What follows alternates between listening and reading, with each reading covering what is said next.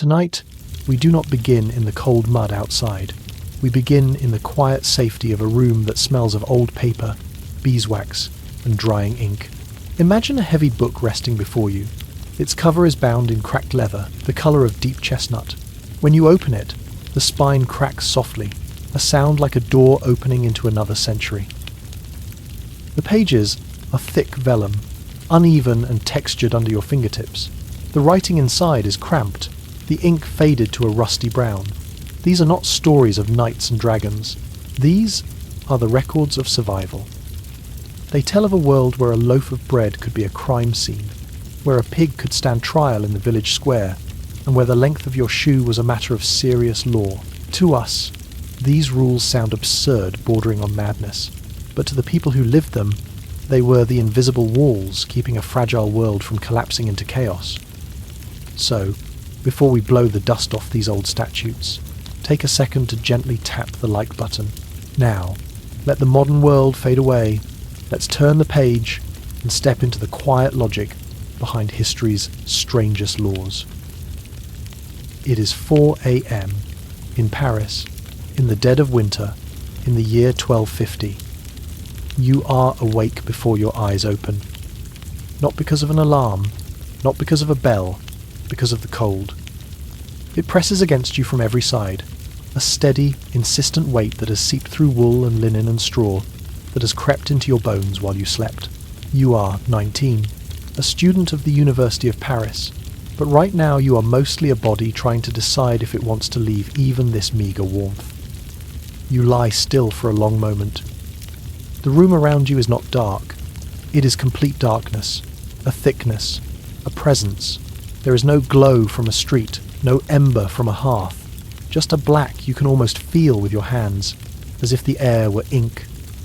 You are on a pallet of flattened straw, the stalks broken and poking, bound in rough ticking that scratches the skin of your wrists where the blanket has slipped.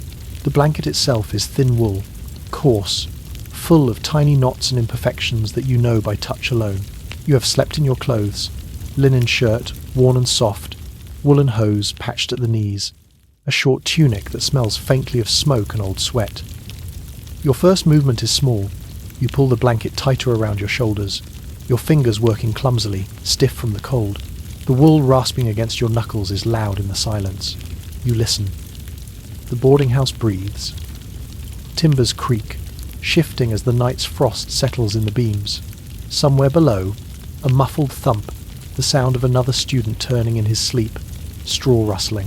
From far off in the city, hardly more than a smudge of sound, the faintest hint of a bell, one of the churches marking the hours for the canons and monks who will rise even earlier than you.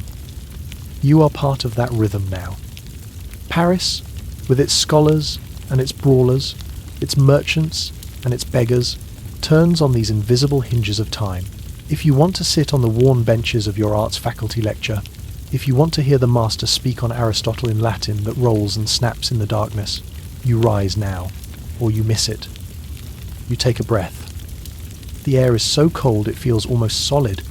It slips into your nose, sharp and metallic, like you've drawn in a handful of tiny needles. Your chest tightens around it. You exhale. Your breath blooms into the dark as a pale cloud you barely see, but you feel it. A momentary, moist softness around your lips and chin, then nothing.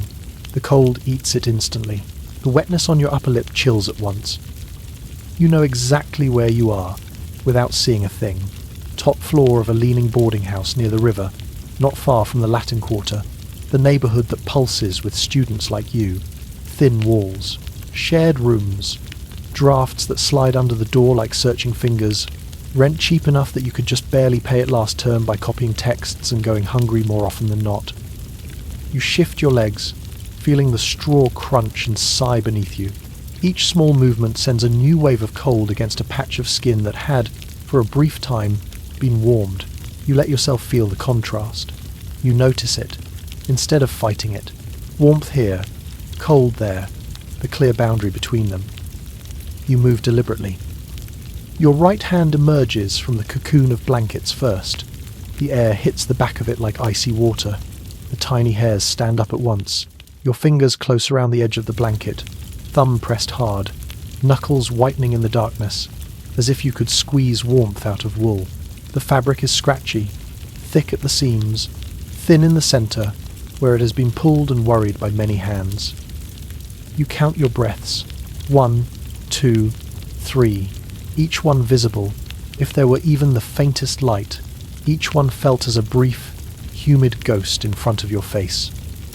Then, with a small, controlled movement, you peel the blanket back from your shoulders. The cold rushes in, immediate and absolute. It shocks the damp skin at the nape of your neck, runs down your spine like the edge of a knife, drawn without malice, precise, unhurried. You shiver, but you do not jerk. You let the sensation pass through you. This is part of the ritual, part of being here, part of being a scholar in Paris. You sit up, very slowly. Your muscles complain at first, stiff from curled sleep, but they obey. The straw pallet crackles loud in your ears, and the faint smell of dry grass rises up dusty, a little sweet, overlaid with the human smell of many nights, sweat, wool, a trace of stale smoke from torches carried up the stairs hours before. You plant your feet on the floor. The boards are bare, uneven, and unforgiving. Your soles meet them and recoil. The wood is so cold it burns, a flat, intense chill that surges up through your heels, your arches, into your calves. Splinters press into your skin, not enough to pierce, but enough to remind you these planks were never plain smooth for comfort. They are just what stands between you and the colder air in the room below. You let your toes spread, feeling every ridge, every gap between the boards. Your weight settles. You are upright, balanced, awake. The darkness is complete, but not disorienting. You know this room by heart. The low ceiling that slopes down so close above the pallet that, if you forgot yourself, you would bump your forehead. The single shuttered window on the far wall that leaks a steady draught. The rough post at the foot of your bedding where you hang your belt and pouch. Without sight, your hands take over. You slide your fingers along the edge of the pallet until they meet the wall stone, cold and slightly damp, gritty under your fingertips. You trace the line where stone meets timber until your palm finds the familiar notch in the beam. You hooked that notch yourself with a dull knife last autumn, when you first took this place. Your small mark of territory, your anchor in the dark. From there you know the distance, 3 slow handspans along the beam to the peg where your mantle hangs. You move one hand forward in the blackness, fingers spread as if feeling through water. The air feels heavier near the wall, closer to the stone chill. You touch the beam, rough and splintered, the grain raised by centuries of damp winters and smoky summers. You slide your hand, feeling tiny ridges, occasional hardened drops of old pitch. 1, 2, 3 handspans. Your fingertips meet cloth.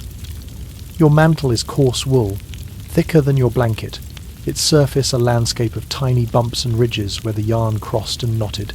You close your hand in it, draw it towards you. The fabric whispers against the beam, then falls heavy across your lap, its weight a promise of some small barrier against the air that keeps stealing heat from your skin. You lift it carefully, bring it around your shoulders. The inside is slightly less rough from long wear. The first touch against your neck is a shock of chill wool, but your body begins, immediately, to push warmth into it, creating a narrow band of tolerable space next to your skin. You tie the cords at your throat by feel, fumbling only once. Your breath escapes again in a quiet plume. You cannot see it, but you imagine it, a pale, fleeting cloud, caught inside the hood, warming the air close to your face for a heartbeat before it vanishes. You know that in a short while, you will be sitting in a lecture hall, a cold stone room where dozens of students like you will crowd together on wooden benches, breaths mingling into one great shifting mist in the candleless dark, listening for the voice of a master as he lays out Aristotle's logic in rolling Latin. No torches, no notes, just the cadence of his speech and the scratch of your mind trying to hold it all. But not yet. Now, there is only this room, this cold, this preparation. You reach down for your shoes. They are where you left them, near the foot of the pallet, leather turned stiff in the night. Your fingers brush the rough, cracked surface, the laces like rigid cords. You pull one shoe into your lap, its weight oddly comforting, solid in your hands. You can feel the places where the sole is thinning, where water has seeped in on rainy days. You loosen the laces slowly, each pull grinding frozen fibres against your fingertips. You open the shoe wide, knowing your foot will protest the cold leather at first. You guide your toes in, feeling the narrowness, the hard outline of the sole. The contact is shocking, like plunging into cold water, but then your body begins the old, familiar work of warming this small space. You do the same with the other shoe, breath steady, movements unhurried. This is not a race against the cold. It is an accommodation, a measured meeting with it. Fully shod, mantle drawn close, you rise to your feet. The room tilts slightly in the dark as your balance shifts. You plant one hand on the low ceiling beam above you, palm pressed flat against the rough wood. It is dry, but cold, its chill seeping slowly into your skin. You stand there a moment, feeling the line from your feet on the frigid boards, up through your legs, through your spine, to your hand on the beam. You are part of this scaffold of timber and stone, another vertical element in the cold geometry of the boarding house. Somewhere outside, beyond the wall and the shuttered window, Paris sleeps in darkness. The Seine moves quietly under its mantle of winter air. The colleges and halls of the university curl in the night, waiting for the day's disputations and lectures. You are one of thousands of students in this city, all of you rising in unheated rooms like this, all of you moving through the same chill to reach the same ancient institution that has drawn scholars from every corner of Christendom. You reach for the door. Your fingers find the iron latch by memory. It is bitterly cold to the touch, as if it has been storing the night inside its metal. You curl your hand around it anyway. The rough edges bite faintly into your skin. You inhale once more, feeling the knife edge of the air in your nostrils, the weight of the mantle on your shoulders, the firm, unyielding boards beneath your feet. You let the breath out slowly, a controlled stream, a thin warmth offered to the darkness. Then, calm and sure, you lift the latch. You sit on the narrow wooden bench and let the dark close around you. There are others on the bench, pressed close on either side, wool against wool, rough cloth brushing your sleeves, but you cannot see them. You only feel the weight of their presence, the subtle shifts as someone settles, the creak of old boards bending under dozens of bodies. The hall is a stone box of cold air. It is early, too early to mark with your own words. In your mind you trace the rhythm of the university's hours instead. The ordinary lecture, the one every art student must attend, always begins before dawn. 5, sometimes 6, long before the city's light, long before any warmth, long before breakfast. You draw your cloak tighter across your chest. The wool is coarse, slightly damp at the hem from the walk through the streets, but its weight is reassuring. Your fingers find the frayed edge near your collar, follow a familiar loose thread. Your breath leaves your mouth in a slow, controlled stream. You cannot see it, but you can feel the faint, warm cloud of it bounce back from the fabric in front of your face, a brief veil between you and the stone-cold air. There is no candle. Not a single point of yellow flame, no wavering halo to orient your eyes. At Paris, this is deliberate. Lectures in the morning are held in complete darkness. You know this. You have been told this. You have already lived it, day after day. Still, some part of you, each time, expects a spark, a tiny mercy of light. It never comes. You let your eyes open and close, and nothing changes. The dark is so thorough that your eyelids mean almost nothing. With them open, there is a flat, endless black. With them closed, there is the same black, a little warmer, edged by the faint red of blood behind thin skin. You blink anyway, a slow, patient movement. It keeps you awake. The stone walls hold the night. They have drunk in winter's chill, and give it back now, in a steady, indifferent radiance. You feel it on the back of your neck, where your hood does not quite cover. The cold there is a quiet hand, resting, unchanging. You know this will not soften for the next 2 hours. Your body does not need to waste energy fighting it. It just needs to exist alongside it. Your empty stomach is another stone, but this one alive. It folds and tightens, a slow, hollow twist just under your ribs. You have not eaten since yesterday afternoon. Bread, a scrap of cheese, perhaps a mouthful of thin ale. Now the absence makes its presence known. It is not a sharp, panicked hunger, but a deep, insistent gnawing, a reminder, a dull animal pacing inside you. You rest one hand lightly on your belly, through cloth and belt. The linen of your shirt is cold, the leather of the belt stiff and dry under your fingers. You breathe in, feeling the rise of your hand, the resistance of the belt, the way your stomach answers that air with a low protest. You let the sensation be there, not an enemy, just another part of this morning. Around you, the hall murmurs. Not in words no one dares speak now, but in small sounds. A cough quickly swallowed, boots adjusting on the floor, the faint rattle of a rosary bead against wood, cloth rustling as someone pulls their cloak tighter. These sounds mingle with your own pulse, with the whisper of your breath, until they become part of a single, steady background hum. Then that hum is split. Footsteps, measured and firm, cross the stone at the front of the hall. You cannot see the source, but you know, the master, the one whose voice will soon fill this black space. He walks with the confidence of someone who has done this countless times, in countless mornings just like this, before endless ranks of students who shift and cough and shiver in the dark. The room stills. There is no signal you can see, no gesture, no lifted hand, only the sudden, shared decision of dozens of bodies to become quiet, to become attentive. You feel it more than hear it, like the moment the surface of a pond goes smooth after a thrown stone. Then the voice begins. Latin, low and resonant, rolls out into the darkness. No greeting, no explanation, just a steady stream of words, already in motion, almost as if you have stepped into a river that has been flowing all night. The consonants are crisp, the vowels long and balanced. You cannot see his mouth, his face, his hands.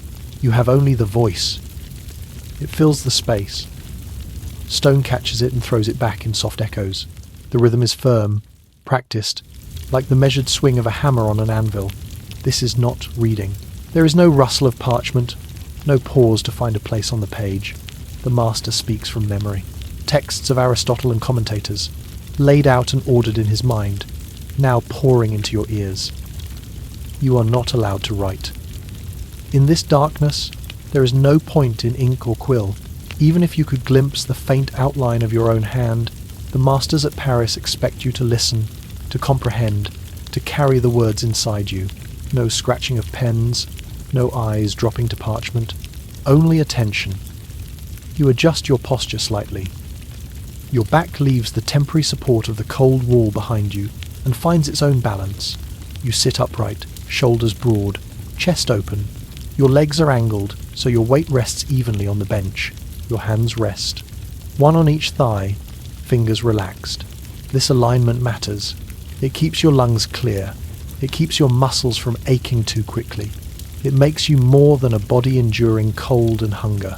It makes you a vessel for words. The hunger gnaws again, a slow, circular motion.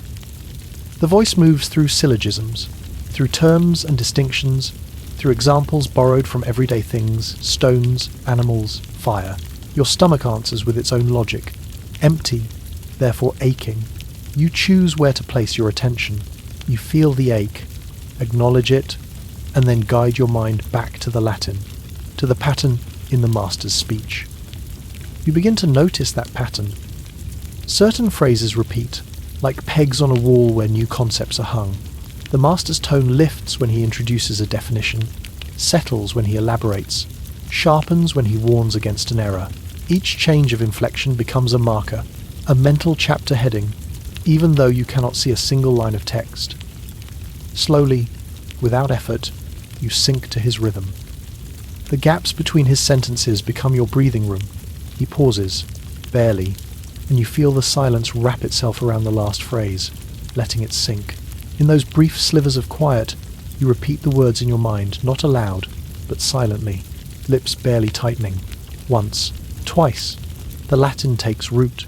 It stops being just sound and becomes structure. You are practicing a survival skill, though no one here calls it that. In this university, in this century, knowledge is not something you flip open and skim.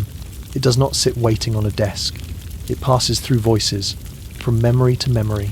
Your task is to catch it as it goes by, to turn hearing into holding. In the absence of ink, your mind becomes the page. You divide the lecture into segments. You do this without words at first, more as a feeling. One set of ideas about terms, another about propositions, another about consequences, like small bundles tied with invisible string and placed in different corners of your mind. As the master moves, you imagine setting each new point next to the last, in order, neat and deliberate. Your hunger surges again. This time it is sharper, a quick clench that makes your breath catch. You do not fight it, you use it. You tether a concept to it, cause and effect, a premise and a conclusion. As your stomach tightens, you think, if, then, attaching the master's chain of reasoning to the body's own simple argument. Pain becomes a hook on which you hang meaning. Outside, the night is thinning, though no light reaches you here. You cannot see the change in the sky, but you sense a subtle shift in the air. The stone feels a touch less biting against the back of your head. Somewhere, far away, a bell tolls another hour, its sound faint through walls and streets. Time passes, but in the hall, the dark remains unbroken. The voice continues, steady and tireless. Your body protests in small ways now, a numb patch where the bench presses your thigh, a prickling in your toes, a heavy warmth in your eyelids that wants to become sleep. You notice each sensation, label it, file it away, and return to the thread of the argument, like moving obstacles gently off a path so you can keep walking. You are not merely enduring this. You are training your attention to hold, to remain broad and calm, even when comfort is scarce. Training your memory to arrange, to stack ideas, in order without ink. Training your body to be still and alert at an hour when it would rather be curled on straw. This is as much a discipline as any craft, as any manual labour, just quieter. At some point you cannot say exactly when the hunger recedes to the edges. It does not vanish. It is still there, a dull stone in the background, but your mind has moved past it, absorbed in the architecture of the lecture. You start to anticipate the master's next move. You feel when a section is drawing to a close, when he is about to pivot, to introduce a new set of distinctions. You lean forward a fraction, ready. In this absolute black, the world has narrowed to three things: the bench beneath you, the breath within you, the voice before you. Everything else, the cold, the hunger, the city outside, the thousands of other students rising in other halls at this same hour, fades to a soft, distant hum. You sit, quiet and capable, in the dark heart of the University of Paris. The ordinary lecture flows around you, over you, through you. No candles, no notes, just a living chain of thought, carried across the cold air by a single human voice, and caught carefully, attentively by you. You sit at a long, scarred table in a narrow, smoky hall and let the sounds of learning wash over you. There is almost nothing to see. A few pale slits of light push through high, unglazed windows, cutting the air into dim, dusty bands. They do not reach your place. Your world is mostly wood and shadow, the rough grain under your fingertips, the heavy cloth of your sleeve, the steady presence of bodies close by. Everything else is sound. At the far end of the hall, a master's voice moves slowly, deliberately, across a line of Latin text. You cannot see the words he reads, only the slight rustle of parchment now and then, the soft scrape as he shifts his weight. The consonants land with a dry precision. The vowels slide and resonate, filling the gaps between coughs and shuffles. You listen the way a thirsty person watches water. Each syllable is a small resource you do not own, but must still make use of. The book he reads from is not yours. It may never be yours. A single bound volume costs more than a season of your life. In your own chest, wrapped carefully in cloth, you own perhaps 3, maybe 4 texts total, a worn grammar, a little compendium of logic, a patched-together volume of sermons or commentaries. That is your entire private library. Everything else must live in your memory. The master drones on, but it is not a dull sound. It is steady, exact. He gives you a phrase, then a pause, then another. You learn to use those tiny pockets of silence. In that breath between his sentences, you repeat the last few words in your mind, tracing their shape without moving your lips, tucking them into an invisible place just behind your forehead. This is how you store a text you do not own. You do it again and again, sliding each new definition, each careful distinction into a growing inner collection. No shelves, no pages, just ordered strings of sound, linked by rhythm and meaning. The hall echoes faintly, stone catching the master's words and tossing them back softer, as if the building itself is trying to remember along with you. Around you, other students are doing the same.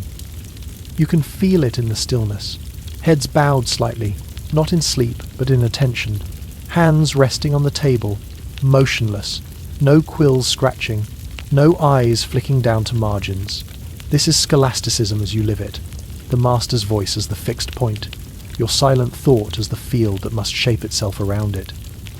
Day after day, you move through the 7 liberal arts like this. Grammar first, the bones of Latin, the cases and endings, the way words agree and lean on one another. You remember the feel of those early lessons in your mouth, the way your tongue had to learn new habits, the way each rule felt like a small joint clicking into place. Then rhetoric, patterns of persuasion, arrangements of sentence and speech. You recall the satisfying weight of a well-built period, how your own voice when you practice alone changes as you try to imitate Cicero's rolling structures. Logic, which you live in now, with its sharp, clean lines of argument, each premise stepping calmly toward a conclusion. Arithmetic and geometry, clothes on the skeleton of number and space, simple figures that hide deep certainties. Music, which appears on the surface as hurdy-gurdy tunes in the street, but here becomes ratio and proportion, whole and half and third. Astronomy, where the cold night sky above Paris turns into a diagram in your mind, circles within circles, planets and spheres unseen but precisely counted. All of it, for you, is sound first. You breathe in the master's Latin and breathe out silent copies of it inside your skull. Your ears become your primary tool. Your eyes glance, occasionally, at the one book on the table, a chained volume, its leather cover cracked, its pages thick and yellowed, but you do not depend on it. You cannot. It will be taken away when the lecture ends. Later, in a smaller room, you sit with 3 other students on another rough bench, and the air is tight with anticipation. This is not an ordinary reading. This is disputatio, the disputation, the formal debate that is the heartbeat of your education. Here, the texts you have been listening to all week are not just repeated, they are tested, prodded, turned inside out. You feel the shift in yourself as you wait. Your back straightens a little, your breath deepens and slows. Your mind, so used to pulling in words and arranging them, now begins to move outward. You rehearse, silently, lines of argument you have been building in your private study, objections, replies, distinctions. The bright, clear joints of logic click and flex in your thoughts. The room is bare, no diagrams on the walls, no chalked figures, just stone, wood, and the faint, oily smell of tallow from lamps long since snuffed. Your tools are entirely internal. You close your eyes for a moment and feel the stored phrases of Aristotle and the commentators, lined up like small, lit candles, somewhere in the upper reach of your mind. You can call on them when you need to. The disputation unfolds as an intricate pattern of voices. One student presents a position, a thesis heard many times in lectures, wrapped now in his own words.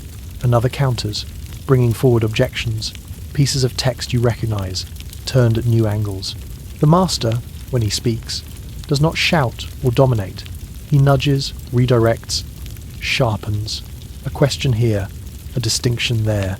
The room stays mostly quiet, but each spoken Latin sentence lands with weight. You feel your mind leaning into the argument.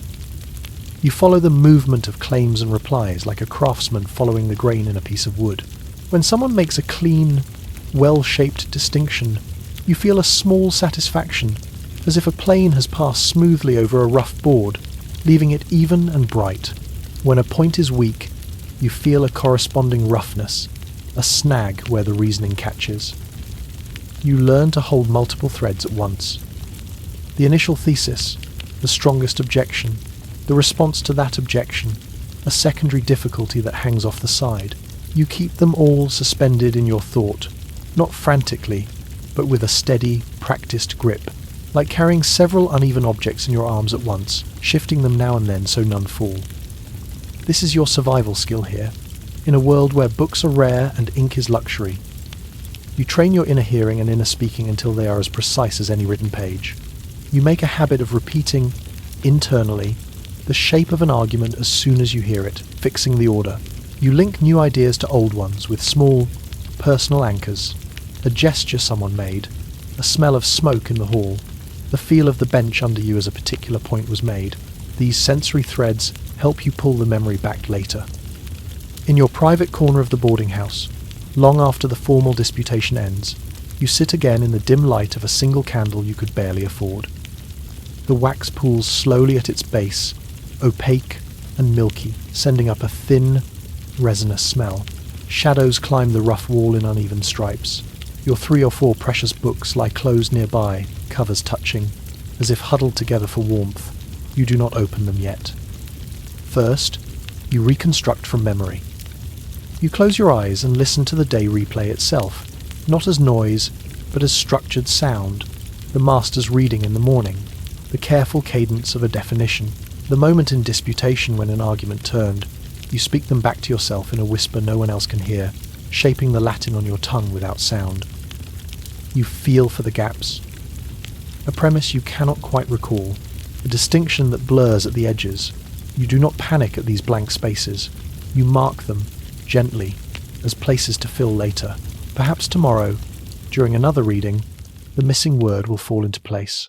Perhaps you will find it in the cramped, spidery margin of one of your own few texts. Only after this quiet mental labour do you open a book. The leather is dry and slightly sticky under your fingers. The pages resist at first, thick and stiff, then yield with a soft, fibrous sigh. Inside, ink crawls across the parchment in dark, irregular lines. You do not read quickly. You match what you see with what you have already stored by ear. Where they align, the knowledge roots deeper. Where they differ, you adjust, carefully, like a craftsman fitting 2 pieces of wood. Day by day, hall by hall, disputation by disputation, you are shaping an inner library that no thief can steal and no fire can burn. You move through grammar, rhetoric, logic, arithmetic, geometry, music, astronomy, not as lists, but as living practices of attention. Each discipline trains a different angle of your mind, but all of them rely on the same core habit: listening deeply, arranging carefully, recalling calmly. In a university where most students own only a handful of books, where learning is overwhelmingly oral, your ability to hold and turn arguments in the dark is not just an academic exercise, it is how you survive here. You sit in the quiet, the faint crackle of the candle your only companion, and feel, with a steady, quiet certainty, that this is work you can do. You have your ears, you have your memory, you have the long, disciplined patience that ties them together. You step out of the narrow lane and into the main street of the university quarter, and the air hits you like a different world. A few hours ago, your universe was stone walls, cold benches, and the low murmur of Latin. Now it is noise. Sharp, broken noise. Shouts slam against the cramped houses and ricochet back. You feel them before you make out the words, a vibration in your chest, a roughness in the air. Someone bellows from farther down the street, voice thick with drink, and another voice answers, higher, harsher. The sounds tangle together into a single, ragged roar. You pause under the slight overhang of a timbered building, your shoulder brushing the rough grain of the beam. The wood is splintered, scarred by years of knocks and scrapes, a physical record of all the bodies that have jostled past. The wall at your back is cool and slightly damp, the smell of old plaster and smoke clinging to it. You let yourself breathe, slow and deep. The sun is low, but not gone. It throws a murky light down the street, just enough to pick out edges, the crooked line of house fronts, a hanging sign creaking on its iron bracket, the irregular, greasy sheen of puddles in the packed dirt. Torches have not yet been lit, but the day is already darkening. Ahead, the street begins to tighten. Students pour out of taverns and lodgings, wool cloaks and caps, leather belts and boots, the colours muddled in the dusk. They clump into clusters without thinking, drifting toward those who speak with the same vowel sounds, who swear by the same saints, who come from the same towns and fields. Nations, the masters call them, groupings by geography, by origin, French with French, English with English, Germans with Germans, Lombards and other Italians tending their own knots. You belong to one of them. You feel that belonging like a quiet pull, a thread running from your chest to the nearest cluster of familiar faces and accents. But today, you keep to the edge of the flow, where the wall is your companion and your hands are free. The shouting sharpens. Insults arc through the thickening air, tossed from one clump of students to another. You can hear the crudeness in them, even before you pass the Latin and vernacular words, a coarseness that scrapes, designed more to inflame than to describe. You catch fragments, a jibe about drink, spat with the harsh bite of an English consonant, a sneer about softness, drawn out with French vowels, a growled slur about fury and filth, shaped in a German mouth, a hissed word for cowardice and greed, carrying the southern edge of Lombard speech. They are stereotypes, old and worn, but thrown like stones. You feel how they land on you, on others not as physical blows, but as little, jarring impacts in the chest, the way a loud noise can make your heart trip. Anger ripples out from each word, quick and hot, searching for anything to latch onto, a jostled shoulder, a long-held resentment, a remembered slight from last market day. Your steps slow. Not to join, but to measure. This, too, is part of your education here. To move through a city where learning and violence grow side by side, like two tangled vines.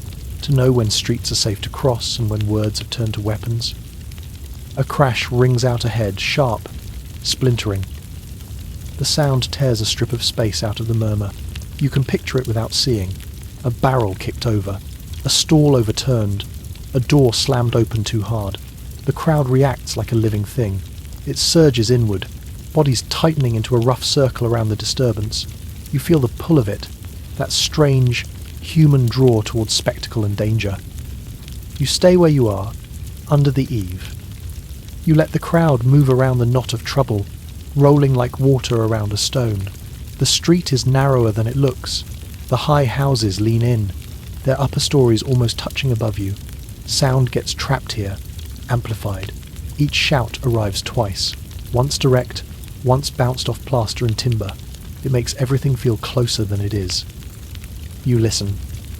Boots scuffle on packed earth and loose stones grind underfoot. A bench scrapes across the ground, then fragments as someone goes down on top of it. The rough, wet thud of bodies colliding follows. No clean, practiced movements. Just flailing arms, grabbed cloaks, fists connecting with whatever they find. The smell changes. Beneath the constant background scents of the quarter smoke from hearths, sour beer from tavern doors, the acrid tang of tannery pits more distant, you catch the sharper notes of spilled ale and cheap wine splashed onto the ground. There is a faint copper hint that might be blood, or might be your imagination anticipating it. Your own body tenses, then softens. You feel your shoulders rise, the muscles along your spine preparing for flight or collision. You let them relax deliberately, using the same calm you bring to the lecture hall. You take in another slow breath, counting it. 1, 2, letting the air pass through you rather than freeze inside you. This is the other face of your clerical status. Earlier, in the halls, it meant access to learning, to the protection and privileges of the church. Here, in the streets, it means that if you or any of these students go too far, break a door, break a man, the city's civil officers cannot easily touch you. You are considered a cleric in training under ecclesiastical courts. That knowledge moves like unseen oil through the crowd. It makes gestures looser, tempers quicker, hands less afraid of their own strength. You recognize it in yourself, too. The dark thought that you could push back against a townsperson and not answer to the same judges they do. You feel how dangerous that thought is, how tempting. You note it without shame, as you would note a hunger pang, and set it aside. Your survival skill now is not strength, but distance. Not cowardice, just a measured space between you and the spinning centre of the brawl. You know that a thrown mug or a wild swing does not care which nation you belong to, which master you study under, how carefully you listened in lecture that morning. A broken jaw is the same in Latin or French. A particularly loud shout rises, cracking at the top, stuffed with an ugly stereotype.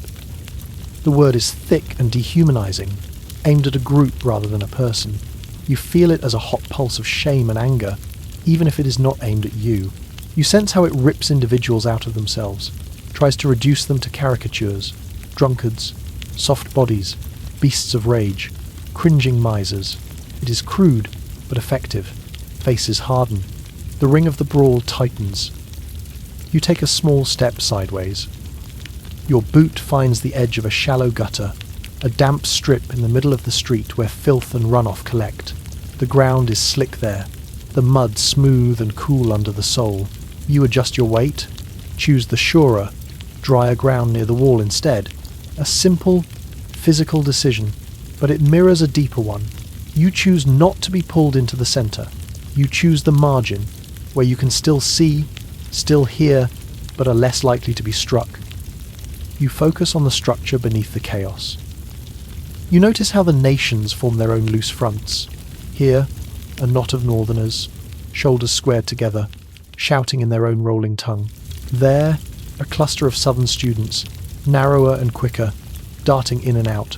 Each group hurls old insults at the other, as if throwing primitive shields and spears made of words. Yet you also see the cracks in this arrangement.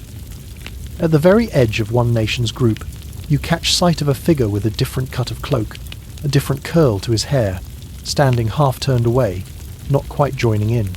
On the opposite side, another student, jaw tight, hands at his sides, lips pressed shut while his friends shout, fractures inside the labels, complexity that the shouted stereotypes try and fail to flatten. You let your mind settle on that, on the fact that, for all the noise, much of the street is not fighting. People are watching, holding, judging, distances, like you. Shopkeepers stand in their doorways, arms folded, faces carved with irritation and fear. A woman pulls a child back by the sleeve, out of the path of a stumbling student. A town guard lingers at the corner, hand on his staff, gaze hard. He knows that if he steps in too early, a dozen clerical cloaks will close ranks in front of him, daring his authority. You shift your pack on your shoulder. The leather strap bites faintly into your collarbone, a clean, familiar pressure. Inside, wrapped in cloth, your few books and notes weigh against your back, a small, dense reminder of why you are here. The weight is steadying. It pulls you away from the noise, back into yourself. You scan the street for a path. Not straight through the densest knot, where fists and shoulders move too fast to predict. Instead, you trace an angled route along the wall, under an overhanging balcony, behind a parked cart. Small gaps between bodies appear and vanish. You watch them, patient, the way you watch pauses in a lecture. You time your steps to them. When the next loud crash comes, a stool kicked aside, a shutter slammed, you use the brief distraction. You move, one step, another. Your cloak brushes another student's sleeve. You feel the coarse wool slide, but there is no grab, no drag. Someone stumbles past you, breathing hard, the sour smell of wine on his breath. You pivot half a hand width. Let him pass like water around your side. Your feet find firm patches of ground nearly by instinct now. The shouting begins to thin as you leave the tightest knot behind. Crude words still fly, but they are fainter, blunted by distance. The angle of the street changes, the houses tilt differently, and the noise falls away just enough that you can hear smaller sounds again. The slap of your own soles, the distant clink of a blacksmith at work, a cartwheel creaking somewhere out of sight. Your breath evens. You did not swing a fist. You did not shout a stereotype. You did not test the limits of your clerical status today. You simply moved through the danger, aware, attentive, unharmed. In a town where learning and violence live side by side, this is its own kind of mastery. To navigate the streets with the same calm focus you bring to the lecture hall, to feel the heat of anger all around you, taste the bitterness of insult in the air, and still choose your path with quiet precision. You turn into a narrower lane, where the walls press closer, and the shouts behind you become no more than a rough echo. The quarter smells of damp stone and cooling ashes. Above, a pale strip of sky is just visible between leaning roofs. You walk on, steady and composed, carrying with you not just texts and arguments, but the lived knowledge of how to survive in the spaces between them. It begins with the weight of a cup in your hand. Thick pottery, coarse and slightly uneven, warm where your fingers curl around it, cooler along the rim where the air has touched the wine. The glaze is imperfect, a little rough where it meets the base, catching against the skin of your palm. Around you, the tavern breathes a heavy, enclosed air. Low beams stained dark with smoke pressed down overhead. The walls are timber and plaster, patched and repatched, smelling of spilled ale, damp wool, and the faint, sour trace of old wine that never quite leaves. A fire smoulders in the hearth, giving off more smoke than heat. The light from it is orange and sluggish, pooling on tabletops, leaving corners in shadow. Outside, it is February in Oxford.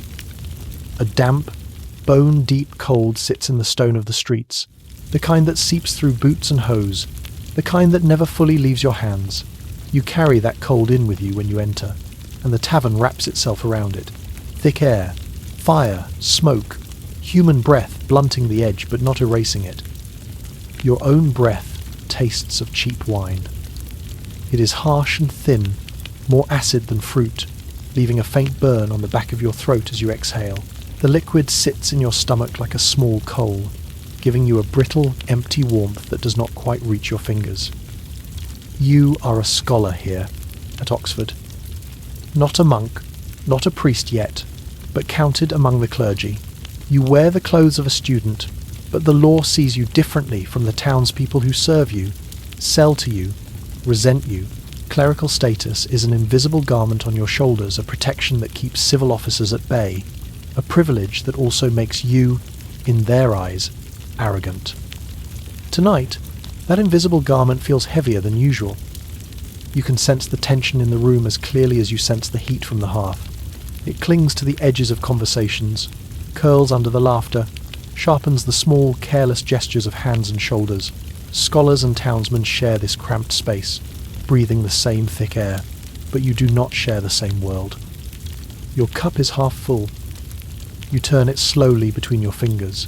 The wine clings to the inner clay in a dark, sluggish ring, leaving thin trails as it settles. Your fingertips are slightly sticky from a previous splash. The smell of it rises sharp, a little musty, cut with something almost metallic. In another life, in another town, this would remain small, a minor irritation, a raised voice, an insult, muttered under breath. But here, on this street, Scholastica's day, in 1355, in this layered city of scholars and citizens, every small thing is dense with history. Years of grievance pressed into each glance, each refusal, each careless word. Your hand tightens around the cup. The clay edge digs into the base of your thumb. The warmth of the wine at the bottom of the vessel bleeds into your palm, while the outer surface cools against the air. You feel, in this simple weight, the choice that is about to be made not only by you, not only by the man opposite, but by the entire fragile balance of town and gown. The motion is small, almost simple. You lift the cup a few inches, muscles in your wrist and forearm working together. The liquid tilts inside, gathering, ready. Your elbow extends. There is a moment, single, stretched heartbeat where you could set it down instead. Let the wine settle again against the clay. Let the anger pass through you like smoke. You do not. The cup moves forward. Your wrist flicks. The wine leaves its container in a thick, dark sheet. It arcs through the dully lit air, catching a brief glimmer from the fire, a red-black curtain, almost beautiful in its curve. For a fraction of a second, the tavern holds its breath. Then the wine hits. It slaps against skin and cloth with a wet, smacking sound, a sound you feel in your own teeth.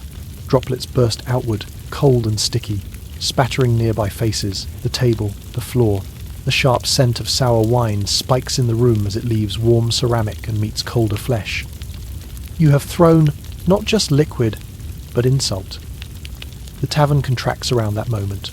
The murmur of conversation snaps shut. Everything that happens next flows out of that simple, physical act. The trajectory of the cup, the splash against the tavern keeper's face, the way his body recoils, the sting in his eyes, the drip of wine onto worn floorboards. For a few suspended heartbeats, you are very still. You feel the empty weight of the now drained cup in your hand, lighter, its warmth fading quickly.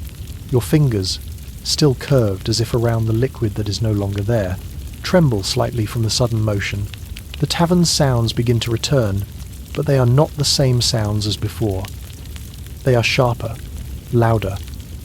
A bench scrapes hard against the floor. Boots shuffle back and forward. Somewhere, a chair topples. Voices rise, no longer playful, no longer merely irritated, but edged with something harder.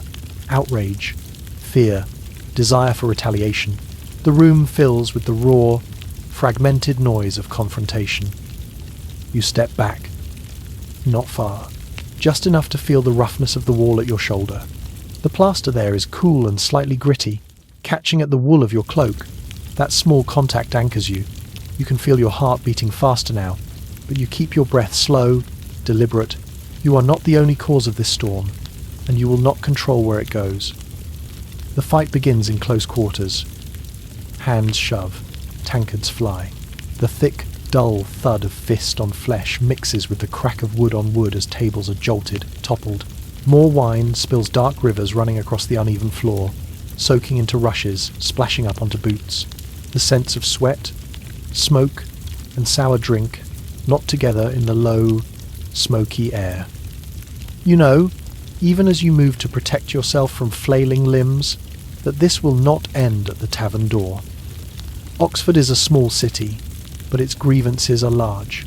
The townspeople bear the weight of years in which scholars, shielded by clerical privilege, have broken windows, refused payment, offended daughters, and slipped away from civic courts. The scholars, in turn, carry their own resentments against rent-collecting landlords, price-gouging taverners, officials quick to anger. All of that lives beneath the surface each day like dry tinder. Tonight, your splash of wine is the spark. By the time you stumble out into the street, air colder and sharper on your face, the conflict has already begun to ripple outward. The February evening has deepened. Torches flicker in iron brackets, their flames thin and restless in the damp air. Smoke from them mixes with the faint mist rising from the river and the tighter, close-in smoke that always clings to these narrow lanes. Shadows are longer, edges blur. You hear the sound before you see anything. A different sound, now less chaotic, more purposeful. The clatter of boots on stone, many feet at once. The creak of leather straps stretching under weight. The distinct, dry rasp of wood against wood as bows are unshouldered, as quivers are jolted. Metal clangs lightly as arrowheads knock together. You know what this means. Townsmen are arming, not with fists, not with stools or tankards, but with bows and arrows, with weapons meant to kill at a distance. The quarrel has grown teeth. The boundaries between scholar and citizen, between classroom and street, have dissolved into a single, spreading violence. You pull back into the shadow between two buildings. The rough stone on one side, the timber on the other, frame you in a narrow pocket of relative safety. From here, you can see the street without standing in the centre of it. You can listen, you can watch, you can choose each movement with care. An arrow looses from somewhere up the lane. You hear it as a brief, cutting hiss through the thick air, followed by a harsh, splintering knock as it strikes wood or something else. A shout goes up, then another. The sound echoes along the stone, turning the street into a long, hollow instrument vibrating with fear and fury. Your body responds instinctively. You make yourself small, crouching slightly, head angled so you can see while keeping most of yourself behind the jut of a wall. You feel the cold of the February night creep up through your boots, the dampness in the stones seeping into your hose. Your fingers brush the edge of the building, finding the tiny ridges and chips in the masonry, grounding you. This is your survival skill now, controlled stillness in the midst of chaos. The street becomes a channel for violence. Local citizens cluster, some with bows already bent, others bringing crude clubs and staves. Scholars gather opposite, some armed with whatever they could snatch, staves, knives, even makeshift shields. Voices crack the night in short, brutal bursts. You can feel the line between them like a rope pulled tight, ready to snap. Another arrow flies. This time you see it a dark streak against the torchlight, gone almost before your eyes can fix on it. It thuds into a wooden shutter with a solid, intimate sound. Splinters jump. The arrow quivers, humming faintly. You imagine that sound carried through bodies, not wood. The knowledge that scholars your own kind are now falling, killed or maimed in the same streets where you walked to lectures that morning, presses down on your chest. Yet you remain calm inside your narrow pocket of shadow. Not indifferent, but steady. You breathe in, count, breathe out. You keep your senses open, not rigid. You listen for patterns in the chaos, the rhythm of volleys, the spaces between them, the moments when the noise dips just enough that movement might be safer. This will not be over quickly. You sense, in the intensity of the townsmen's anger, in the way they move with purpose, that this will last beyond tonight. You imagine the fighting stretching into another day, and another 2 days of arrows and clubs, of shouted curses and broken bodies, a miniature war born of a splash of wine and years of mutual contempt. You also sense, faintly, something else. The way this night, this street Scholastica's day, will sink into the stone of Oxford itself. For centuries to come, you can almost see future mayors and bailiffs walking, more subdued, into churches, attending masses for the dead scholars of this conflict. You envision them swearing, year after year, to honour the university's privileges, their voices echoing in cold naves, until some distant year, 1825, when the ritual finally falls away. You stand for a long moment with your back against the stone, feeling both the immediacy of the danger and the strange, slow weight of history. Then you move not toward the centre, but along the edges. Each step is deliberate. Your boots find patches of ground that are less slick, less exposed. You keep buildings between you and the sources of the arrows whenever you can, using doorways, jutting corners, the angled lines of the street as your shield. You do not run. You do not freeze. You flow, steadily, from cover to cover. Behind you, the sounds of battle rise and fall, bowstrings twanging, arrows hissing, men shouting in pain and rage. Ahead of you, the streets narrow, darken, fold back into the quieter patterns of ordinary life. In a world where a single impulsive gesture can ignite days of violence, your quiet, careful movement is its own kind of resistance. You carry with you the memory of wine splashing, of arrows flying, and the knowledge that what you do with your hands, how you lift, how you throw, how you choose not to, can ripple out across centuries. You step into a side lane, letting the noise dim behind you, and feel again the cool February air on your face. You are still, you are breathing, and you are learning not just how to argue in halls, but how to survive in streets where argument turns to war.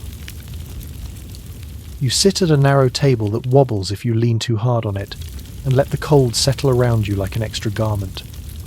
The room is small, bare plaster, rough and uneven, holds on to the damp of the season. The stones beneath those thin walls drink in the night air and exhale it slowly, so that even now, with a candle burning low at your elbow, your breath comes out in pale, misted puffs. You watch one cloud drift in front of you, then vanish. Apollo grows cold, you think, and for once the image is not just a flourish of rhetoric, it is what your hands feel. Your fingers are stiff. You rub the thumb of your right hand over the knuckle of your left, feeling the dry skin catch and drag. It is the kind of cold that makes joints slow, that turns fine movements into effort. You flex them gently, one by one, coaxing a little warmth from the motion. You will need your fingers to work soon to hold the quill, to guide it, to form each letter carefully on the page. The candle's light is thin and resinous. It flickers more than it shines, its little flame bending away from an invisible draught that sneaks under the ill-fitted door. Melted tallow and old smoke give the air a faint, greasy smell. Wax has dripped down one side of the candle, solidifying into irregular layers, like pale stone. Each drop that falls makes a nearly silent tick against the wooden saucer beneath. On the table before you lies a single sheet of paper. Not parchment too dear for this. A cheaper, thinner paper, slightly grey, with a faint roughness that your fingertip can feel even through the thin callus from past writing. Its edges are not perfectly straight. Tiny fibres fray from them, catching the candlelight in minute, fleeting glints. This sheet cost you more than you like to admit. You will not waste it. Beside it, your ink waits. A small earthenware pot, chipped at the rim, half filled with a dark, viscous liquid that smells faintly of iron and something acidic. When you tilt it gently, the ink clings to the side, leaving a sluggish, glistening trail as it slides back down. Each drop is a small expenditure. You feel that with a clarity that did not exist when you first arrived in this place. And there is your quill. A feather cut and shaped, hardened at the tip by heat and care. The shaft is smooth under your fingers, polished by many hours of use. The nib is narrow, split just so. You run a thumb lightly along its edge, feeling the delicate, brittle sharpness. It is a tool for precision, but also a tool for begging. Tonight, it will not copy Aristotle or glosses. It will ask, quietly but urgently, for money. You sit very still, letting the weight of that settle. You know the numbers now in a way you did not when you first began your studies. Tuition and living, food, a bed, the rent for this draughty room, the few candles, the ink, the minor dues to masters, all of it together. In Bologna, they say, it can reach 60 florins in a year. Here too, the total hovers in that same cruel range. 60 gold coins, enough to swallow the entire annual income of a respectable craftsman, a middle-class tailor who might labour 6 days a week. You think of day labourers, men who earn perhaps 10 florins in a whole year of sweat and strain. 10 for them, 60 for the life of a scholar. A 4-year degree may cost 64 florins, more than 6 years of a labourer's work. More than most families will ever see, gathered in one place. You are asking your own people, in one way or another, to bear this weight, to keep Apollo from going cold. Your stomach is a quiet, hollow ache. You ate last when the light was still slanting in through the window. A crust of bread, a thin bowl of something that called itself stew. Now, the emptiness inside you is dulled, not sharp. The body begins to accept it as normal. The cold intensifies that sensation, tightening your chest, making your breath small. You place a hand flat against your midsection, feeling the fabric of your tunic thin, patched, clinging to your skin. You do not panic. You observe these sensations the way you observe a difficult text, carefully, gently, without letting them pull you away from your task. Hunger is there. Cold is there. They are not your masters. Tonight, your master is the letter. You draw the quill toward you. The feather rasps faintly against the rough surface of the table. Your hand, once it wraps around the shaft, feels more grounded. This is familiar. In lectures, you may sit in darkness, no notes allowed, all memory and voice, but here, now, in the narrow confines of your room, ink and paper are your allies. You dip the quill into the ink with steady care, watching as the nib disappears into the dark liquid. You lift it. A tiny bead of ink clings to the tip, swelling, then beginning to slip. You touch it lightly to the edge of the pot, letting the excess bleed back. A single drop falls with a soft, almost inaudible plink. The rest remains, held by the narrow slit of the nib, ready to be drawn across paper. You lower the quill to the blank sheet. Your hand hovers for a breath, then two. In your mind, you shape the opening lines. You know you must be both humble and persistent, both dutiful and clear. You cannot simply say, "I am poor." Everyone knows that. You must give your poverty texture, shape, so that someone far away, perhaps in a warmer house, perhaps with coin locked in a chest, can feel, even for a moment, what you feel now. The nib touches paper. There is a minute resistance, the rough fibres pushing back, the ink soaking in with a faint, whispering sound. Your hand moves slowly, drawing each curve and angle of the letters as if carving them. You keep your wrist loose, your fingers guiding, not pressing too hard. Too much pressure, and the quill will splutter, the ink will blot, the precious sheet ruined. As you write of your situation, the cold is your constant metaphor. You think of Apollo, god of learning and light, growing chill when Ceres and Bacchus grain and wine. Food and drink are absent. Without bread and warmth, the bright flame of study gutters. The image is not idle decoration. It is the lived truth of your cramped chest, your numb fingers, your sluggish thoughts when you have gone too long without proper sustenance. You describe, in careful, measured Latin, how the cost of masters and meals, rent and robes, presses on you. You do not accuse. You do not plead in raw, unshaped desperation. Instead, you lay out small, concrete details. The price of a loaf, the coin required for a single candle, the tally of what is owed at the end of the term. You let the numbers themselves tell the story. 60 florins for a year of learning, when a man of the fields might see only 10 for a year of back-breaking labour. Your hand moves, slow and rhythmic. Dip, lift, touch, draw. Each sentence emerges like a careful breath, controlled and steady. Ink shines, wet on the page for a moment, then dulls as it dries, becoming part of the paper. You watch that transformation, the way black lines sink into fibres, no longer sitting on top, but joined. You hope your words will do the same, sink into the mind of the one who reads them, join with their understanding. You speak, indirectly, of the choice under everything. Without help, you must leave, return home, set aside the books and the masters, the disputations and lectures, and take up work that will feed the body, but not this particular hunger of the mind. With help, you can remain in this cold, smoke-stained room, in this life of early mornings and empty stomachs, and continue to chase the light that now, tonight, feels very far away. The candle gutters briefly. A stray draught slips under the door and worries the flame, bending it almost flat. A small wave of chill spills into the room, touching your cheeks, your knuckles. The light thins, then steadies. You pause, quill lifted, so you do not streak the words. You use that pause to breathe, to check your posture, to let your spine lengthen, so that the tightness in your shoulders does not turn into pain. This is part of the survival skill too. Not only to plead for help, but to sustain your own body as best you can while you wait. To notice the first signs of cramp in your hand and loosen your grip.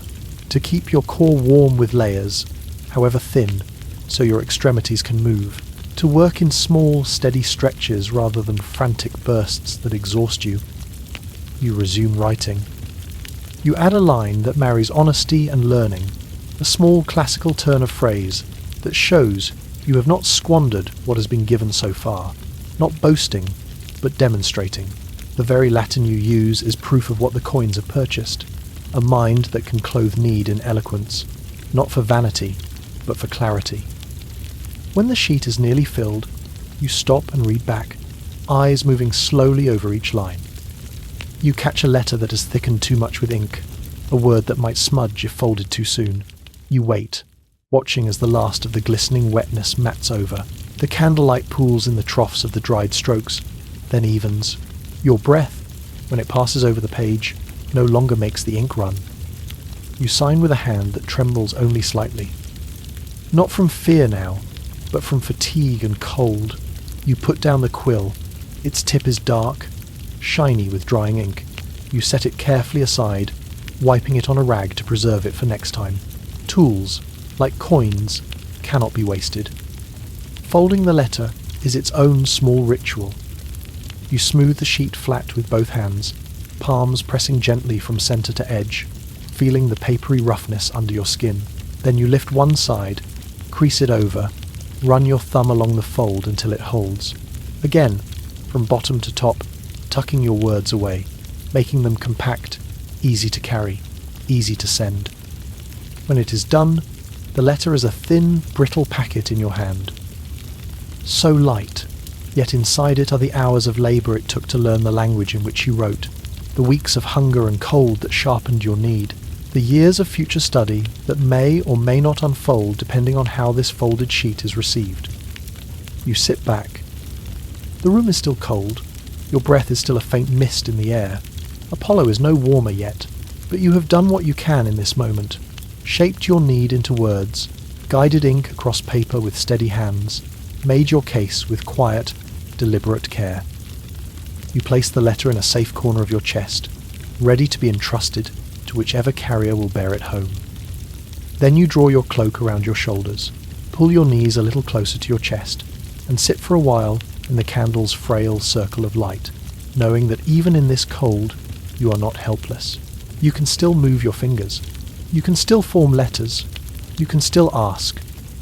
In a world where knowledge costs more than most will ever earn, this is how you survive. By turning your hunger and your cold into clear, patient words, and letting them travel ahead of you into the warmer rooms where decisions and coins are kept. You step down from the stone threshold and your foot disappears into mud. Not a thin film, not a few soft patches, a depth, a substance. It closes over your boot with a heavy, sucking grip, cold and thick and absolute.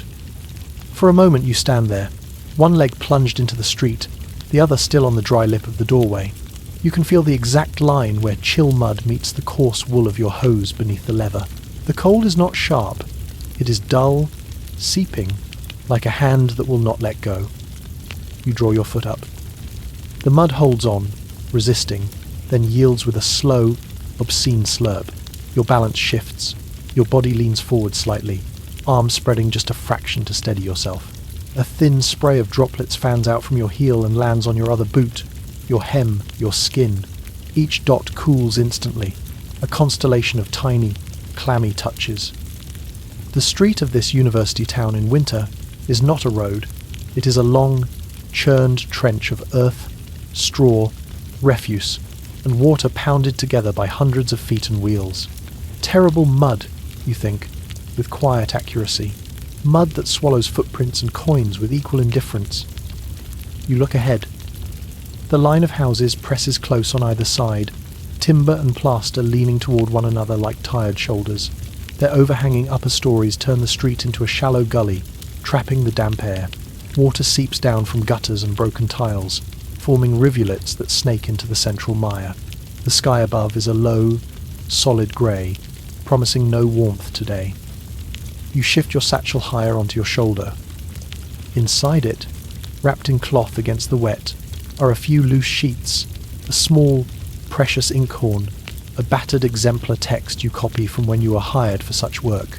Your tools of survival, they knock lightly against your ribs as you move. The strap bites into your collarbone through your thin cloak, a steady pressure that reminds you of the weight you carry. Not much, yet everything.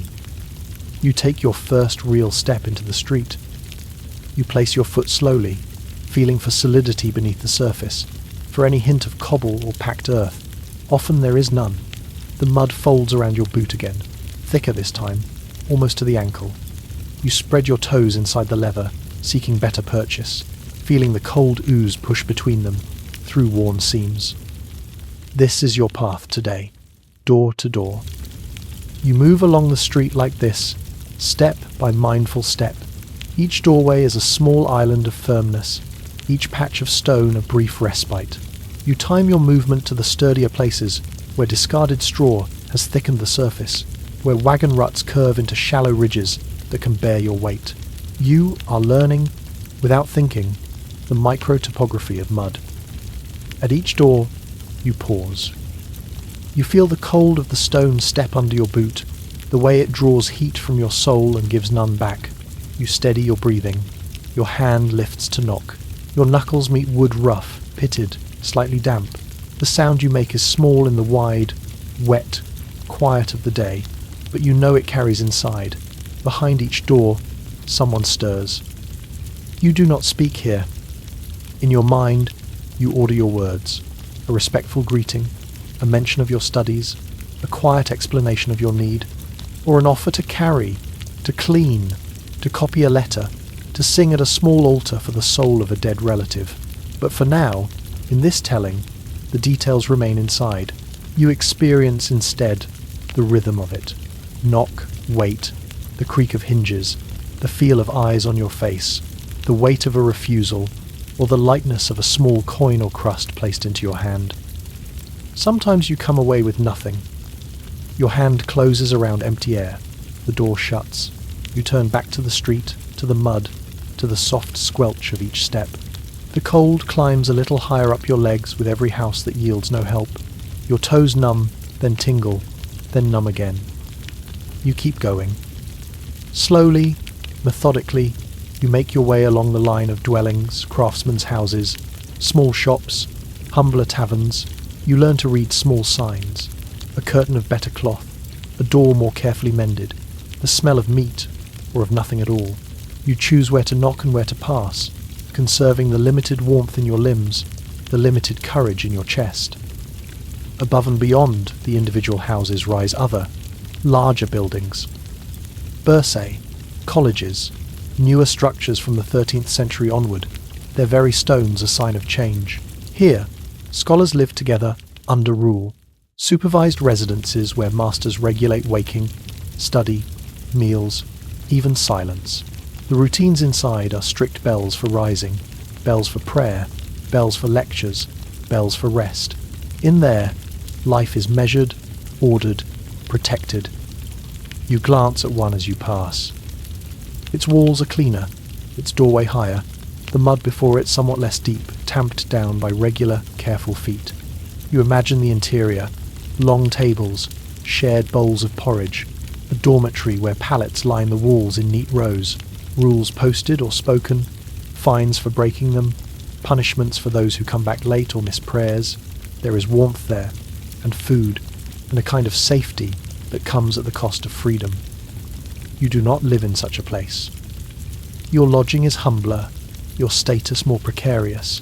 You may share a room in a boarding house with other students, answerable to a landlord rather than a college master, or you may live in what they call a student almshouse rooms reserved for the truly destitute, where charity is thinly stretched. There, routines are not strict out of pedagogy but out of necessity. Who rises when, who fetches water, who tends the small hearth if there is any fuel to burn. To bridge the gap between hunger and sufficiency, you work. Sometimes as a servant, hands in cold water washing wooden trenchers, fingers red and numbed from scrubbing greasy cloths, lifting heavy pots blackened with soot. You feel the roughness of a broom handle in your palms, the sting of ash in your throat as you sweep out a hearth in someone else's house. Each task is a small payment against your existence here. Other times you copy. In a dim room that smells of vellum and dust, you sit on a hard bench at a borrowed desk. Before you lies a manuscript, its letters dark and regular, the handiwork of another scribe's patient hours. Beside it rests your own sheet, blank, waiting. Your quill scratches quietly as you draw each letter, careful to match the form and spacing. The act is slow, almost meditative. You feel the fibres of the page under the nib, the slight give and pull as ink flows. Each word you reproduce is a coin, or a fraction of one.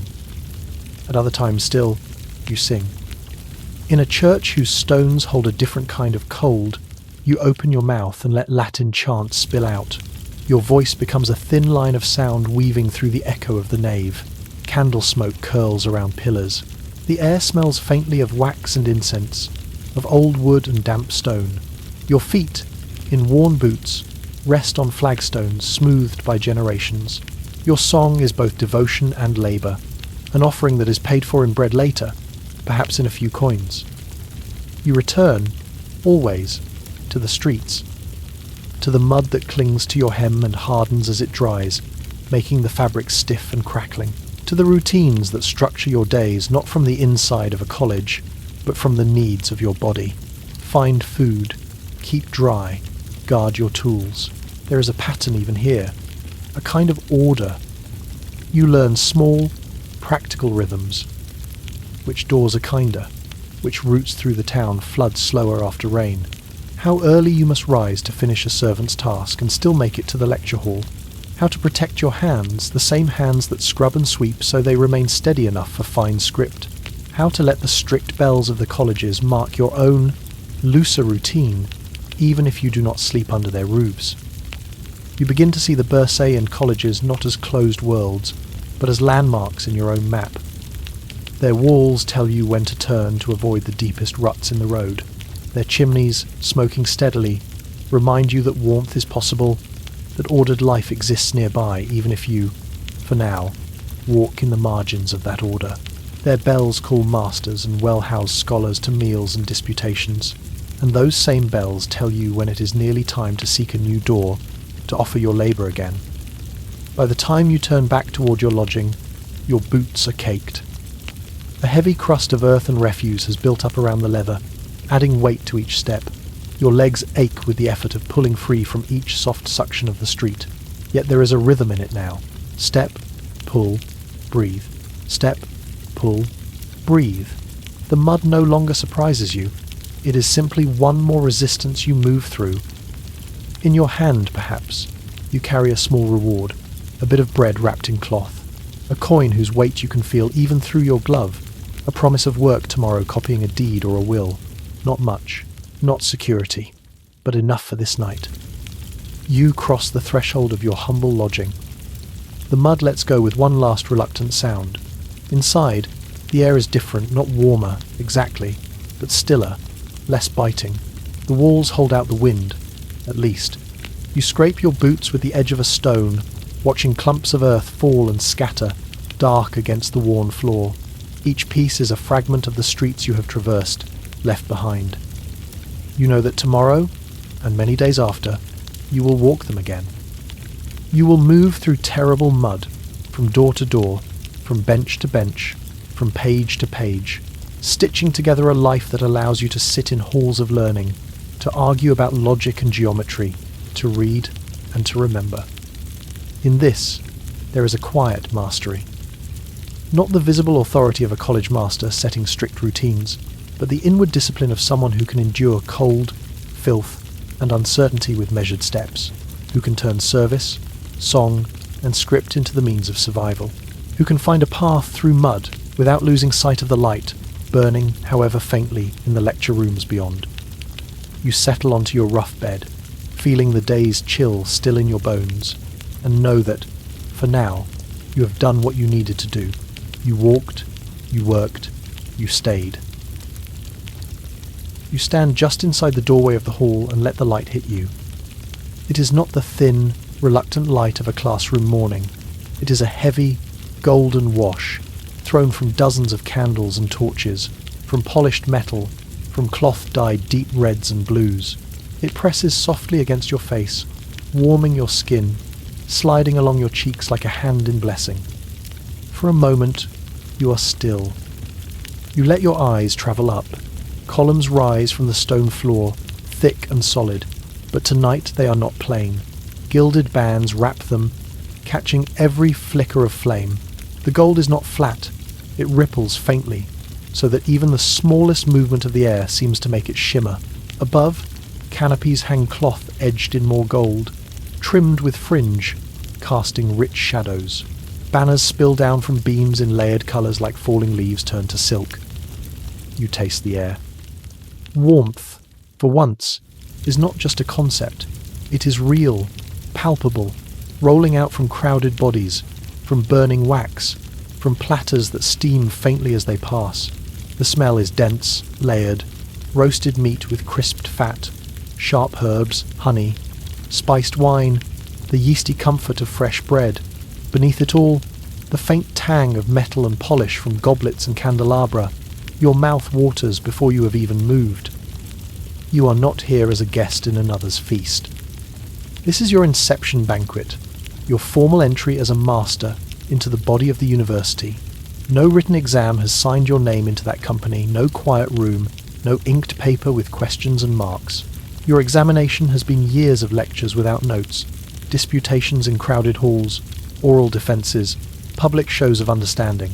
Now, to seal that invisible degree, you must do something very visible. You must feed them. 100 people, perhaps more. You feel the number in the weight of coin that has already changed hands, in the promises you have made, in the debts you have accepted. 100, maybe 200 guilders' sums that could buy a craftsman's house. A decade of a labourer's toil poured into one evening of light and sound and taste. You carry that knowledge quietly under your ribs, but you do not let it sour the moment. This, too, is part of the path you have chosen. You step forward. The floor beneath your soles is smoother than the boarding house planks you know. Stone, worn by generations of feet, now laid with fresh rushes and scattered herbs that crush under each step, releasing a faint green scent, rosemary, maybe, or thyme threading through the heavier perfume of roasting meat. The rushes rustle softly, cushioning the echo of your boots. From outside, the sound of trumpets filters in. Not the shrill call of battle, but a bright, ceremonial blare. It slices neatly through the low murmur of voices in the hall, rising and falling in practiced patterns. You remember the feeling of walking through the town earlier, parading toward this place, the cobbled streets beneath you, the way people stepped aside, the way your academic robes, usually a barrier against cold and dust, had for once felt like symbols, like banners in cloth. No exam paper could make your status visible as surely as that walk did. Inside the hall, minstrels tune their instruments. A lute string tightened, plucked, and tightened again until it sings at the right pitch. A small drum's skin tapped, stretched, adjusted. A pipe tested with a thread of melody that curls up into the rafters. These sounds are thin at first, individual, then knit together into music that fills the space without overwhelming it, like a second layer of air. Your role now is both host and student of abundance. You move along the head of the table, fingers brushing the heavy cloth that drapes it. The fabric is thick, dense under your palm, smoother than your everyday tunic, humming faintly with the effort of having been woven and dyed and placed here. Plates of polished metal reflect candle flames in tiny, distorted suns. Goblets stand ready, their rims cool and clean. Then the food begins to arrive. At first, smaller dishes, baskets of bread, their crusts crisp, interiors still warm, tearing apart in your hands with soft resistance. You take one piece, just to feel it, to anchor yourself. The heat seeps into your fingers. The smell of wheat and yeast, that simple, honest comfort, rises for an instant above all else. You set it down. There will be time. Behind the bread come the great platters. Boar, roasted whole, its skin darkened and lacquered with fat and glaze. The crackle as a knife breaks that skin is almost audible over the music. When a slice is lifted, you see the dense, dark meat beneath, moist and steaming. A platter passes close enough that the scent, rich, almost wild, reaches you. It is heavier, more primal than the pork you sometimes smelled at market stalls, an aroma that speaks of forest and hunt and long preparation. Bare steaks follow. Thick cuts, seared on the outside, their juices trapped inside. The colour is deep, nearly crimson at the centre. You think of the strength of the animal, its bulk, its winter sleep, now transformed into sustenance, into slices on gleaming metal. When a piece is placed on your plate, the surface yields slightly under the pressure of your knife. You lift it to your mouth. You chew slowly. The fibres resist, then give, releasing an intensity of flavour that is both foreign and familiar. Iron and smoke, earth and fire, salt, and something faintly sweet from the glaze. The warmth of it spreads from your tongue down your throat into your chest, a literal, bodily answer to all the cold mornings when you sat in dark halls with an empty stomach. Each bite is a reminder that, at least tonight, Apollo does not have to grow cold. Pyramids of seasoned pigeons rise on other platters.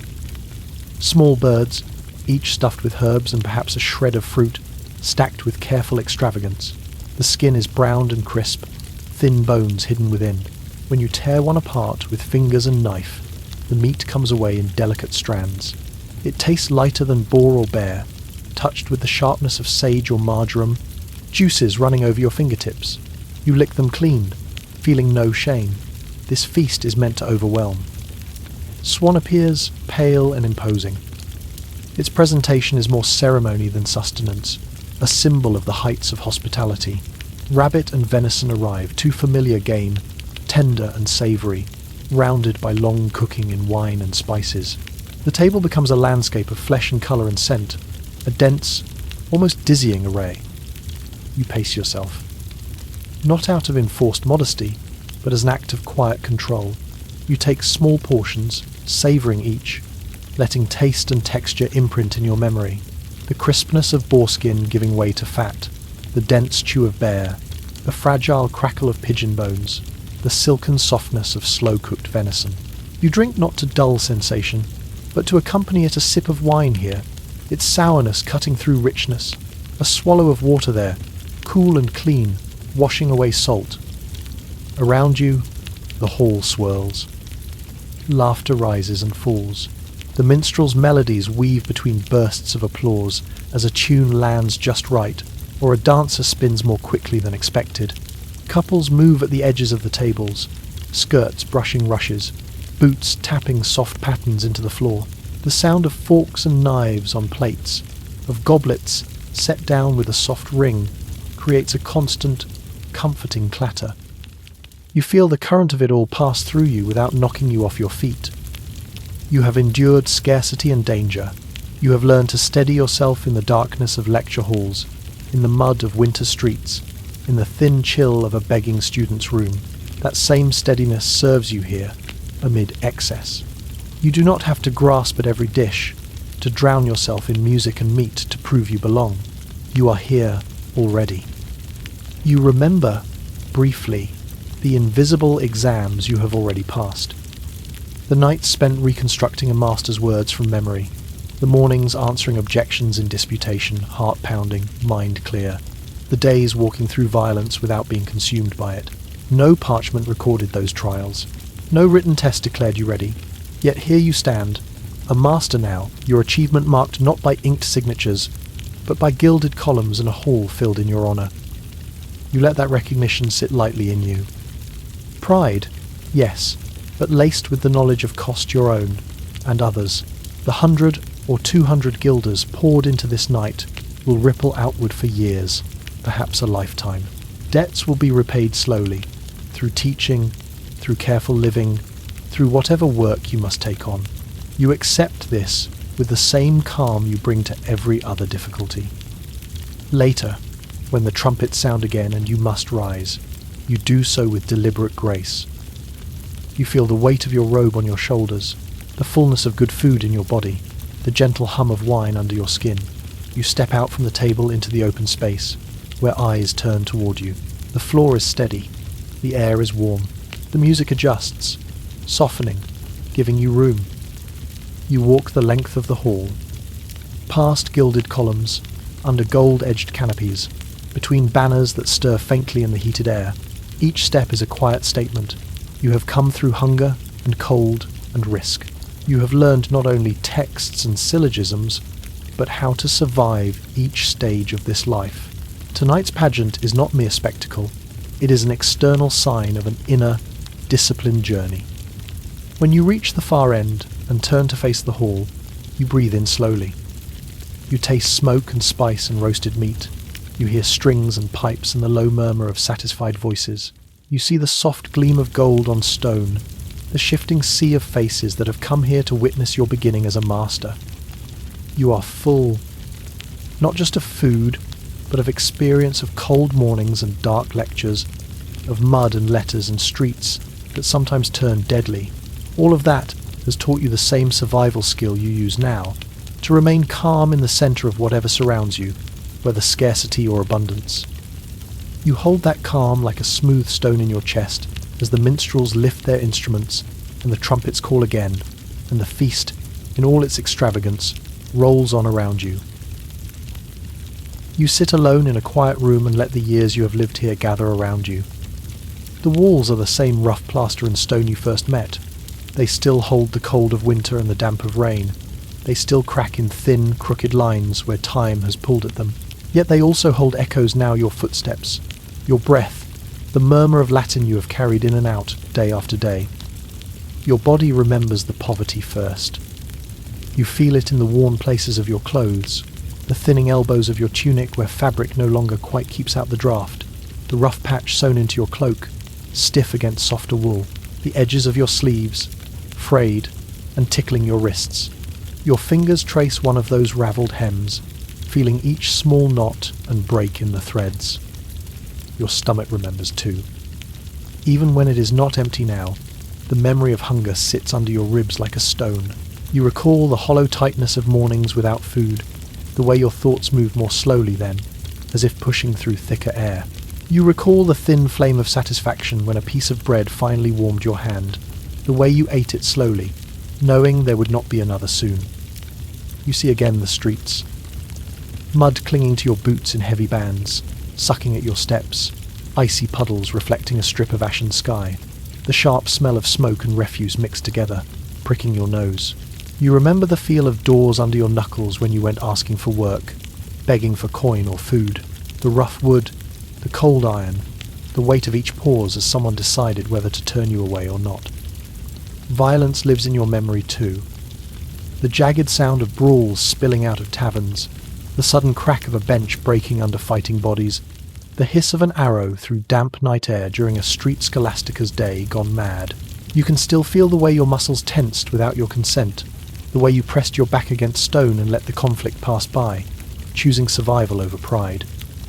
All of this is coarse, harsh, unadorned, cold, mud, noise, hunger, broken things left in the wake of angry men. These textures are not romantic when you touch them. They are simply what it costs to stand where you are. And yet, layered over and through that roughness, there is something else you carry. You remember the great hall on the day of your inception banquet, the gleam of gilded columns, the soft sway of coloured banners, the weight of heavy cloth under your fingers. You remember the taste of bear and boar, the rich, dense flavours spreading warmth through your chest. You remember the sound of minstrels and trumpets, the swirl of dancers, the golden light pressing close. You remember the smaller, quieter grandeur too. The first time you understood a difficult argument in logic well enough to hold it entire in your mind, each premise clear, each conclusion inevitable. It felt like fitting a complex key into a lock you had never seen before, and hearing, deep inside, the slow, certain turn of tumblers. No one else heard that sound, but you did. You recall the moment you realised that the voices in your lecture hall came from far beyond your town, your kingdom.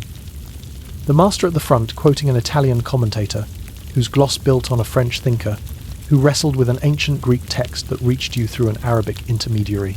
A chain of minds stretched across centuries and borders, meeting in your ear. You felt then, faintly, that you were part of something larger than any single city street. This is the strange contrast you live inside. Harsh poverty, mud, and danger pressed tightly around a core of intellectual grandeur ideas, broad enough to arch over kingdoms, precise enough to survive generations. You walk from a freezing boarding house into a lecture where the structure of the cosmos is described. You leave a violent, cramped tavern and step into a debate about the nature of justice. The dissonance is sharp, but it is also what makes this place unlike anything that came before. You run your fingers along the edge of your desk. The wood is scarred with nicks and ink stains, each mark a tiny record of sustained effort. This rough board, this low room, this flickering candle, they are part of an institution bigger than any of them, bigger than you, the universities. A strange new thing in your century, an autonomous corporation of masters and scholars, neither guild nor monastery, with its own rules, its own rights, its own life. You feel that autonomy in small ways. In the way masters, not princes or bishops, decide the shape of the curriculum, the 7 liberal arts first, then law, medicine, theology, in the way they confer degrees bachelor, master not as gifts from a lord, but as recognition from a community of peers. You have moved through that ladder, from listening student to disputing bachelor, to now master welcomed with ceremony rather than sealed exams. You think of academic freedom, though you do not yet call it that. You have watched scholars argue fiercely over doctrine and text, protected imperfectly, but genuinely by the privileges of the university. You have seen masters challenge the views of kings and prelates within the bounds of structured debate, relying on the corporation's collective strength to shield them. You have felt, in your own disputations, the space to explore arguments on both sides, to say for and against, without fear that either will immediately become an accusation. You close your eyes and breathe. Inhale the faint smell of tallow and old smoke, the dry hint of parchment and wool. Exhale a slow, measured stream that warms your lips before it vanishes into the cool air. Your body relaxes a little more with each breath. You rest your hands, palms down, on the table, feeling its solidity. You consider, calmly, the cost so many have paid to be here. You know students who never reach the banquet not because their minds failed them, but because their purses did. Men who left after years of study with no degree, no feast, no title, because 100 or 200 guilders for an inception banquet was an impossible wall. They carried their learning back to villages and towns without formal recognition. The world did not see their mastery, but it lived in them anyway. You might have been one of them. You begged, you copied, you served, you sang, you wrote those careful letters home, you walked through terrible mud and worse, you survived tavern fights by staying on the edges, you endured the cold and the hunger, listened in the dark, trained your memory until it became a second spine holding you upright. That discipline is your true examination. The banquet was only its public sign. You let yourself feel, for a brief, gentle moment, the enormity of what these fragile, drafty institutions have made possible.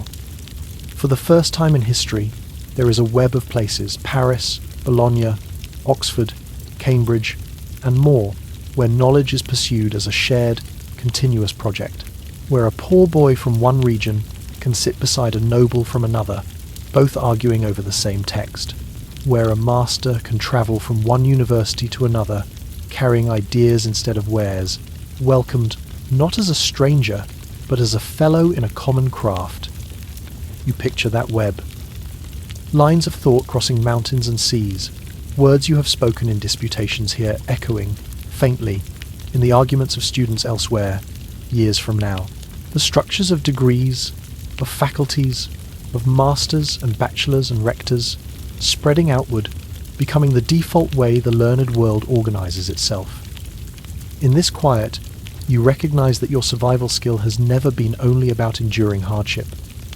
It has been about holding both realities at once, the roughness of daily life and the vastness of what you are part of, letting the cold on your skin coexist with the grandeur in your mind, using the same steady focus to navigate a dangerous street and a complex syllogism, finding, in the midst of poverty and chaos, a center that is your own. You rest your awareness there now. On that center, on the simple feeling of being upright on a hard chair, feet on the floor, hands on the table, on the steady rhythm of your breath, in and out, on the knowledge that, whatever happens with degrees and banquets and titles, the habits you have formed attention, memory, careful movement through difficult spaces will remain with you. Outside, the university goes on. Bells will ring for lectures tomorrow. New students will stumble into dark halls, hungry and uncertain. Masters will argue.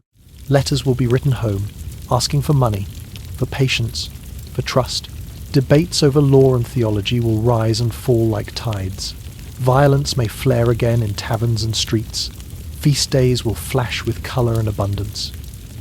But beneath all that, something endures. The idea that a community of scholars can govern itself, can set its own rules for teaching and learning, that minds from many lands can meet around shared questions, that knowledge can be a craft passed from master to student across generations. You have lived inside the first fragile version of that idea. Others, long after you, will inherit its stronger, more elaborate forms. You sit with that thought like a small, steady flame cupped between your hands. The room is still cold, the walls are still rough, your robe is still thin, but inside there is warmth that does not come from boar fat or bear meat, from candles or cloaks. It comes from knowing that, in your own quiet way, you are part of a beginning. You let your shoulders soften. You allow your eyes to close, if they wish. You let the images of halls and streets, of gilded columns and muddy alleys, of empty plates and overflowing ones, drift and settle. You do not need to hold them tightly now. They have already shaped you.